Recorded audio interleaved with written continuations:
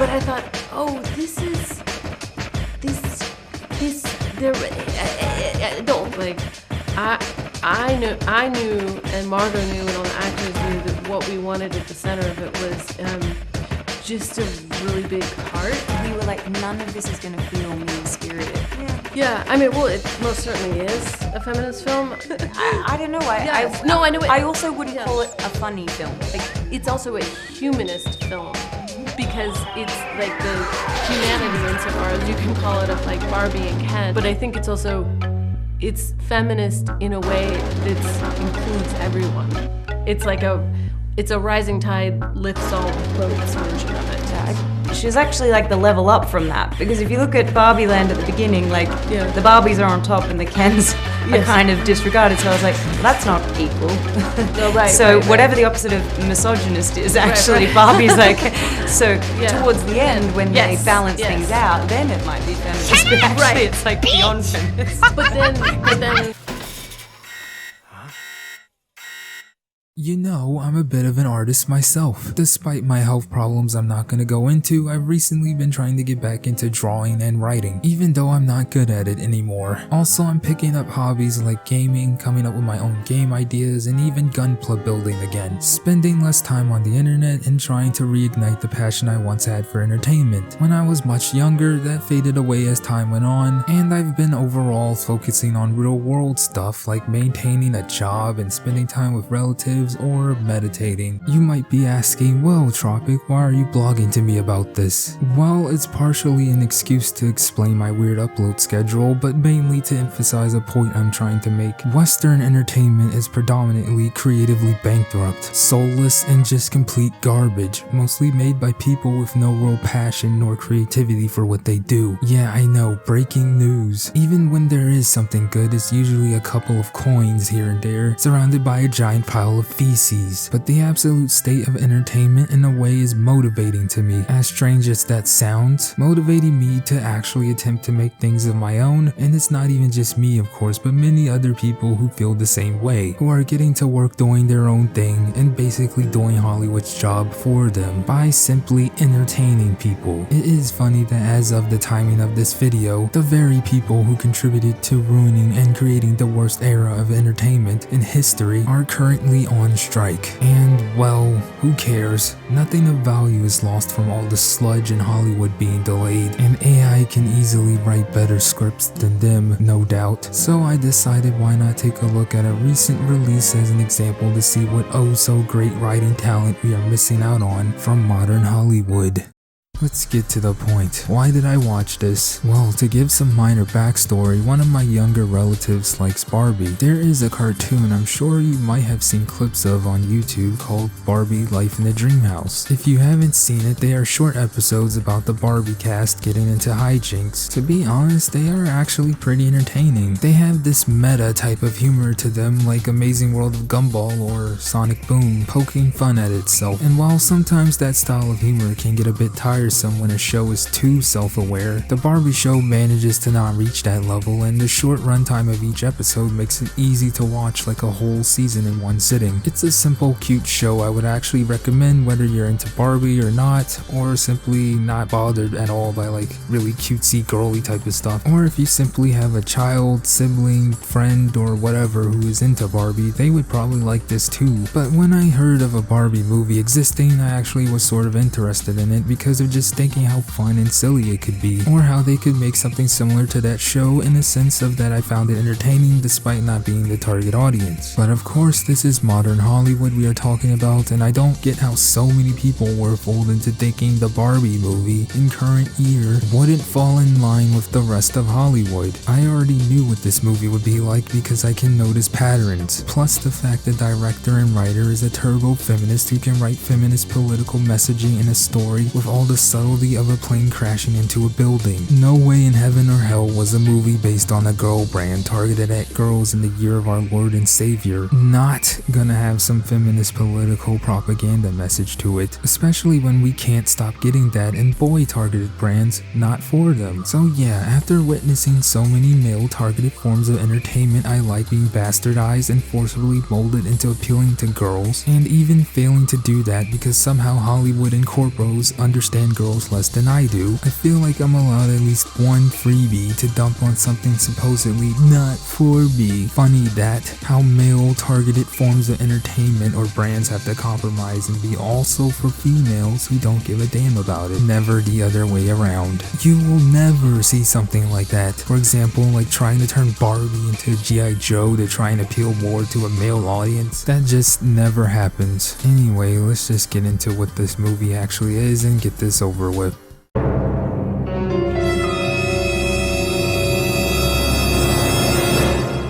Now, even though I didn't fall for it because I have common sense and remember what year it is, the marketing team were smart enough to deceive people by marketing the movie as something normal that people who like BarBie and hate BarBie could enjoy. But of course, once you actually watch it, it becomes clear that the subhumans behind this have a clear venomous hatred towards a certain half of the human population, aka men. After watching reviews beforehand, I honestly feel like those reviews lowball just how bad the men hatred is. The movie starts with a reference to a much better movie, 2001: A Space Odyssey, and off the bat we have a not so subtle messaging moment by having little girls destroy their baby dolls because BarBie is here to uplift girls and bring forth a new era of humanity ruled by a feminist. It doesn't stop there because we get a musical number where a bunch of women are doing jobs like being a delivery man, sanitation engineer, construction worker, and so on. Obviously playing up the BarBie doll idea of BarBie having every job under the sun, but also to show that women can do anything, even jobs the overwhelming majority of women in the real world don't want to do. And of course the narrator makes fun of the pregnant mom BarBie Midge because God forbid a woman ever wants to be a mom someday. There is also a bioweapon POC She-Boom President BarBie because of course there is. And I should mention the music was nice at first but just kept dragging on and becomes annoying at this point. There is a Supreme Court of all Barbies and well yeah, we get the idea. Barbies do every job in their society. These scenes really could have been a lot more condensed. Finally, we meet the best boy and best character in the movie. He's literally me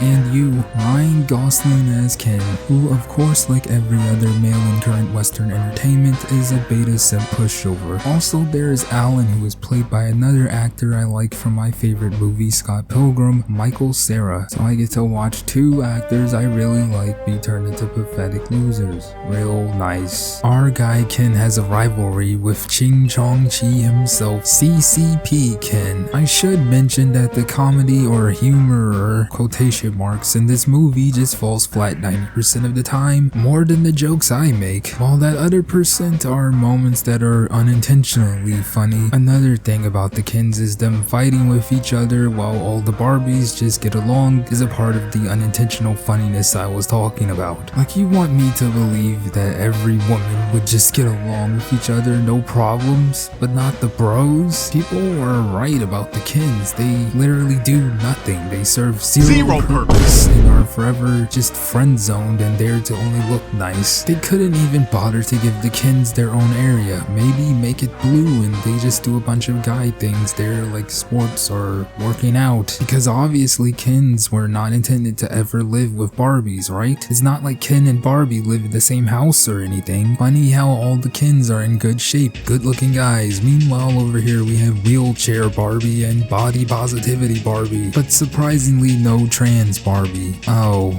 wait.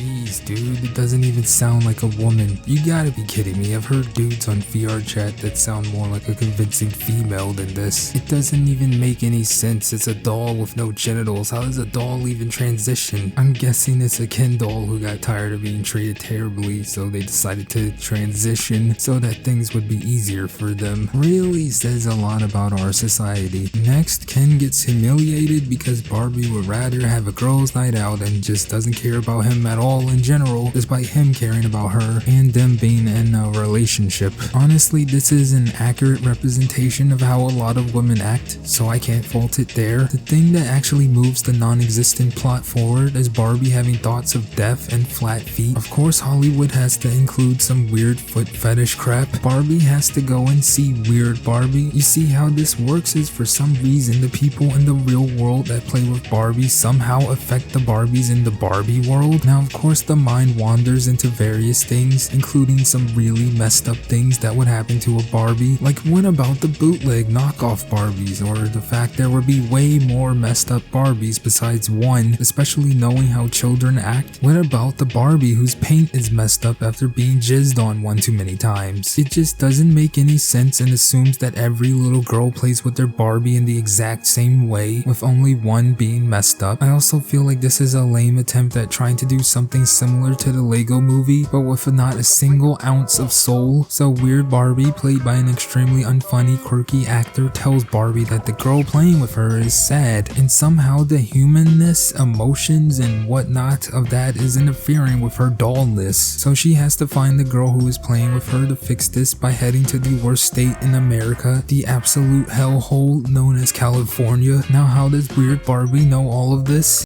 Don't ask questions. In the real world, Ken and Barbie are roller skating, and we get a series of cringe scenes of Barbie having to deal with the male gaze. Another issue is that it looks too normal to be California. Where are all the juiced up, drugged up homeless people? No way would Barbie and Ken be the only weirdos in this area. Some guy randomly slaps Barbie's booty because that is just what men do on a daily basis, right? Though I guess it would have been fine if he paid her first. Barbie and Ken get arrested for that, then again for stealing clothes. Looks even better in more clothes. Because you can imagine more. You know what? People. Cringe. You gotta be kidding me, as if police exist in California, let alone would arrest a girl for punching a white male. Come on now. Later, Barbie tells Ken to piss off, and we get one of the goofiest scenes in movie history. They throw a bunch of random instances of men being successful and friends with each other, and our guy Ken gets indoctrinated by the superior patriarchy. I genuinely can't tell if this is supposed to be bad. Men being successful and having some sort of camaraderie? Oh no, the horror. Barbie just closes her eyes, meditates, and somehow just sees her owner, who is all sad and stuff, because Barbie can just do that for some reason. The Glowies get involved and contact Mattel to tell them that Barbie and Ken are loose. Apparently this has happened before, which is strange because if it did, you would think they would have made some better way of preventing it from happening again, but whatever. The employee who got the word from the Fed wants to see the head of the company, but this secretary woman shows him her bizarre depressed Barbies. Ideas because blatant foreshadowing. The head of Mattel is played by an extremely unfunny actor, and their goal is to capture Barbie, of course. Meanwhile, Barbie finds her owner, the worst character in the movie, honestly, a Latinx insufferable little zoomer see you next Tuesday, who you can tell just browses Twitter all day and thinks they know everything there is to know about the world already.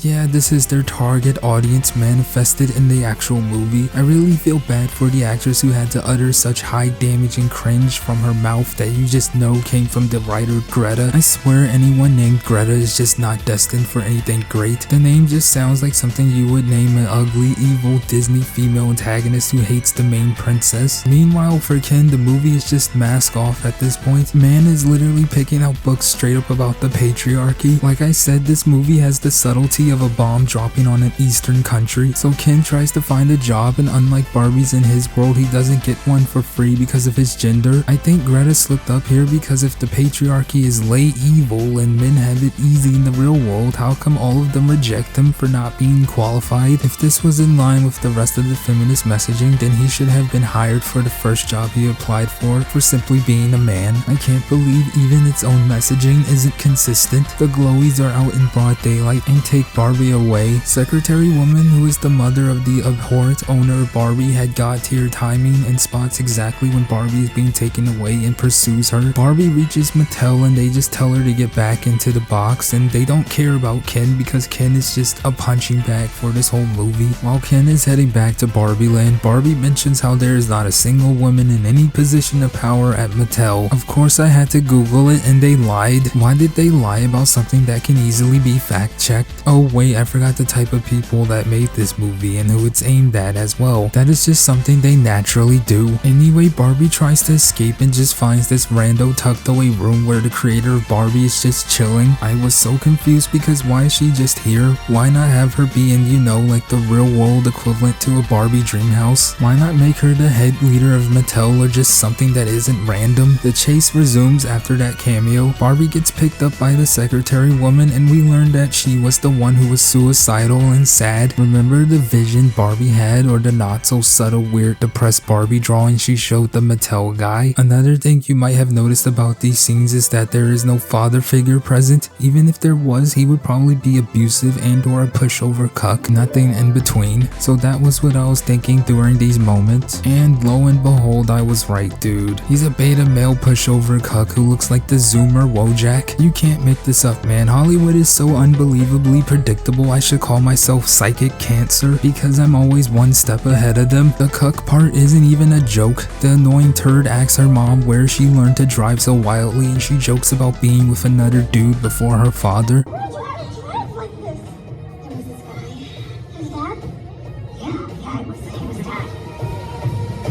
You get called all kinds of names for pointing this out for certain women. How girls will go down and do whatever with the not good for them bad boy, but when they hit the wall, they settle down for a new male or security because they know that guy won't leave them. Barbie gets an idea to go back to Barbie World. You know, the place that the Glowies and Mattel were gonna take her back to anyway. I guess the point is to cheer the mom up, but oh no, guess what happened to Barbie Land? It turned into a late evil patriarchy where both men and women are actually happy. It's great, and we get to see more based Ryan Gosling and the Kens who didn't even have their own place to live, no real purpose in life, and just overall get constantly shat on, finally get a W. Now, because things in Barbie Land just also affect the real world, because of course it does, now that Ken has some agency and camaraderie with his fellow Kens and the Barbies actually like the Kens now, the ramifications in the real world are the Ken dolls are selling extremely well. It makes Mattel an insane amount of money and they want to make a Ken movie. Not gonna lie, I would actually watch that for Ryan Gosling. So I'm confused, not just for how all of this works, but because how is this a bad thing, or at least from the perspective of the suits. The movie gives a really lame excuse. What does it matter if it's Barbie or Ken? The money is pouring in. Shame on you, executive number 2. You think I spent my entire life in boardrooms because of a bottom line? No, I got into this business because of little girls and their dreams.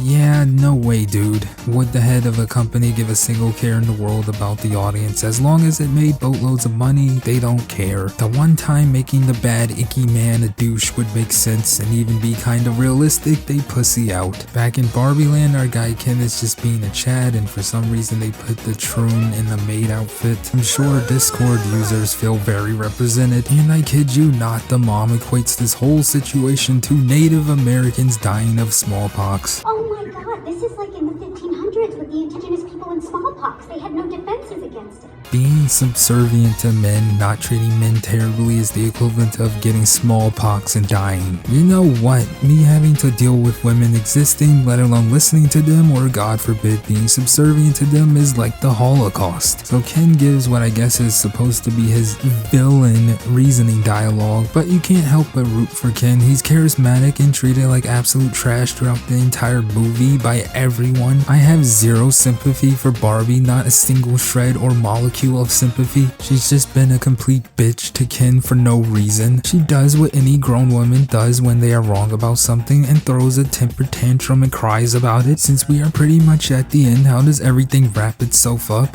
Well, the mom and daughter run into Alan. Apparently the Alan who is a part of NSYNC, a band kids wouldn't know but the millennial women this movie is aimed at would, is the one that escaped before. What a terrible joke. Alan just beats up the construction workers for some reason, and it reminds me I could be watching Scott Pilgrim for the 20th time instead of this trash. Of course, the mother and daughter go back to save Barbie Land because the toxic males are in charge. They meet a bunch of discontinued Barbies, including one whose boobs grow when she lifts her arms. Man, I wish that Barbie was real. Next, we get the worst scene in the whole movie I'm sure many of you are already aware of. Of course, every feminist-made movie or show needs a mandatory feminist rant about how terrible men are and how hard it is being a woman in the first world. It is the most brainless, ham-fisted, unhinged feminist rant I've seen in a movie, let alone one supposedly for children. We have to always burden, but somehow, you have to be thin, but not too thin. And you can never say you want to be thin. You have to say you want to be healthy, but also you have to be thin. You have to have money, but you can't ask for it, because that's never be lost. You have to lead, but you can't squash other people's ideas. You're supposed to love being a mother, but don't talk about your kids all the damn time. You have to be a career woman, but also always be looking out for other people. You have to have many bad behavior, which is insane, but if you point that out, your kids are insane. It's coming from the not good, but you help them too much, but you threaten other women. It's always in the house. Always be good. But never forget that this is great, so find a way to acknowledge that, but also always be good. You have to never show off, never be selfish, never have money, never get out of line. It's too hard, it's too contradictory, and nobody gives you a medal or says, hey, you true life, shut up!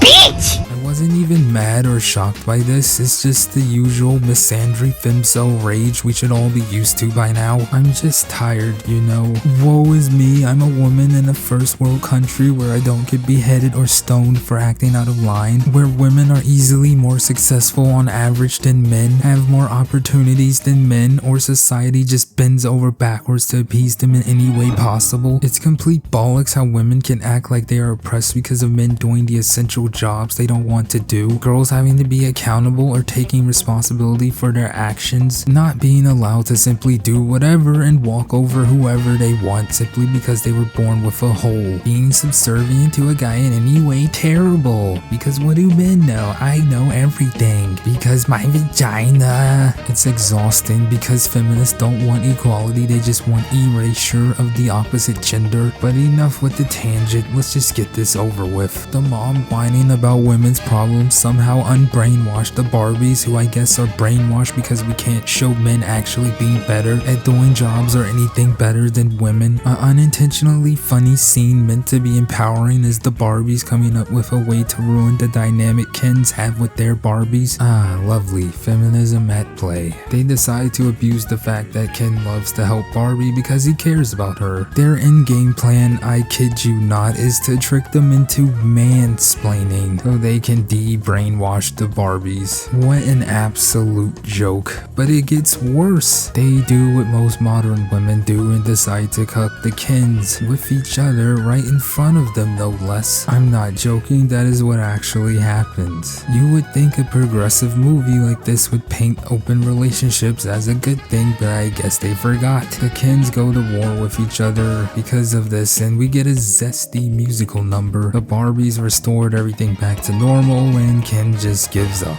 Even though they could just do the same thing they did before over again, like, let's be honest here, they could forcibly take it back if they want to, through other means even, but we don't have time for that. Ken starts crying because more emasculation, plus Ken and Barbie can't be together because men and women relationships bad. They insult Mom Barbie yet again for no reason other than being a mom bad. The narrator makes a cringe remark about how the little meaningless power that the Kens are given is the equivalent to women in the real world. Dude, I don't have it in me, but this movie makes me wish women actually had no rights or any form of power, so crap like this movie would cease to exist. As if you need any more proof Barbie just doesn't care about Ken, they outright say it.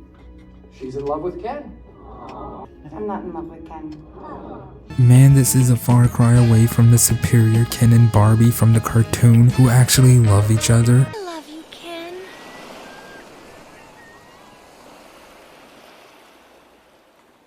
The creator of BarBie shows up and asks Barbie what she wants to be. They show another whammon montage because of course a feminist movie always has to have one. Barbie is then riding with Latin ex family and beta cuck dad who gets called out for talking in Spanish. He said That's a political statement. That's appropriation. It's cultural appropriation for him to try and learn Spanish, but I guarantee if he didn't want to do it at all, then he would be called a racist. The last scene is just Barbie goes to see a gynecologist and the movie just ends itself.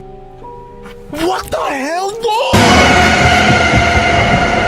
The Happy Meal! Thank God it's over. This is easily the worst movie of the year, no contest, and honestly one of the worst movies of all time. Where do I even begin? Let's start with the positives. Visually, Barbie Land itself looks great and pretty creative. Whoever came up with it and designed it did a great job and deserves most of the money. The casting is good, with of course the biggest highlight and show stealer being Ryan Gosling. He hams up the role so well. Margaret Robbie is alright as Barbie, I guess. She is pretty mid, not anywhere near the level of visual garbage Hollywood tries to push as being hot, but this is like the second feminist icon character she's played whose personality is just abhorrent and not endearing at all. Lastly, I like Michael Cera. He is usually in good movies I like, but not this time. The movie makes good use of Barbie's history with its references. I'm not a Barbie girl expert, so I wouldn't know how accurate most of it is, and references don't automatically mean that something is good, but I just needed another positive to add before I absolutely tear into this. Now for the negatives. The movie isn't funny at all. Only funny thing here is just the unintentional implications for certain scenes. The musical numbers are very mediocre and feel like padding, and I don't hate musical numbers. There are even some in the Barbie cartoon that I actually liked. The writing and dialogue is complete ass. Barbie Land and its connection to the real world don't make any sense, nor do they really do anything interesting with the idea of them being toys besides references. I can't ignore the blatant ham-fisted political messaging, which is just par for the course in Western entertainment. This movie is more political than Oppenheimer. It's as bad as people said it was. I've seen some people say this movie pokes fun at both sides. I can't remember any pot shots at women besides the mom Barbie. The only time it shits on females is for being a mom. If you are a mom, then that means you are just boring and depressed, or a laughing stock to other women. The same people who would lie and tell you there is nothing political about the heckin' doll film are mostly the same midwits who agree with its garbage messaging. Probably the same people complaining about Sound of Freedom, calling it an alt-right neo-Nazi QAnon conspiracy theory movie or whatever buzzwords for it simply being an anti-child trafficking movie, because being against a crime like that means you have to be a part of a specific side in the late culture war. We had for over a decade now of this same back and forth of calling out blatant non-subtle political messaging only for retards who agree with it to pretend it's not there. This movie is just not for children, especially little girls. It's for bitter millennial women who are feminists and activists that live on Twitter. The messaging is so goofy that even people considered it anti-woke because of it being a good example of how bad feminism is for society. There are even people thinking because of how badly it portrays women that this is meant to be parody. The discussion around this is just way more funny than the actual movie. To be honest, a part of me is actually disappointed because this movie is wasted potential that has the look of something that could have been fun, but underneath is just some bizarre femcel toxic messaging meant to put men down. You want to prop women up? Well, you can do that without having to dunk on men.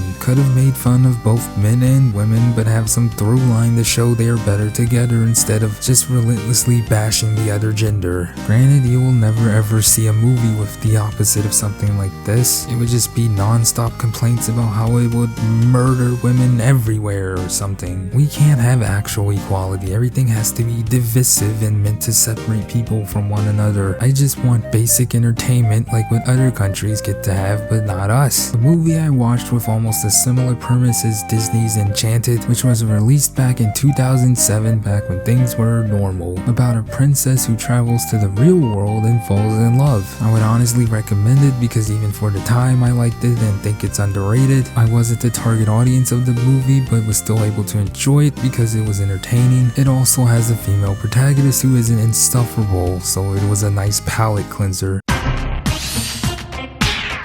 as of I'm making this, the movie is actually doing really well. It has to do with the overly aggressive marketing campaign, Barbie being the most popular girl toy in general, the cast of decently known actors, and of course people who somehow thought that a Barbie movie of all things in current year wasn't gonna be political. Even the people who worked on it said it was a feminist movie, and the director is a feminist. It is also slimy that Mattel lied about that nonsense not being in the movie. Still though, companies usually see general audiences as cattle, which is why they are so mask off about their intentions. They purposely didn't show off the cringe dialogue they knew would turn people off, so why even include it in the first place if you know it's marketing poison? Why not just make a normal movie? Anyway, I don't think the success of the movie automatically means it's good or immune to criticism. And yes, even if you are not the target audience, you are allowed to give your opinion on something regardless. Same issue I had with Mario movies, people acting like you can't criticize it because of its success and the fact that it's for kids, as if kids don't deserve good entertainment. I guess all those Finger Family, Elsa unbirthing Spider-Man videos are fine because they are for kids, right? You can't criticize it. It's a terrible take, so yeah, spare me the I'm male so I can't talk about Barbie excuse. Whether or not a sequel to this garbage will be as successful now that people know the real truth behind Barbie remains to be seen, but consider me not interested. I only watched it just to see Ryan Gosling and to see how bad the messaging was. If you want something that is good and Barbie related, just watch The Life in the Dreamhouse cartoon, where Barbie is cute and loves Ken, also is actually for kids. For now, I'm done talking about Western slop. Until the next time I talk about it, I give Barbie a 3 Barbie cum jars out of 10. I'll see you when I see you, Barbie sisters.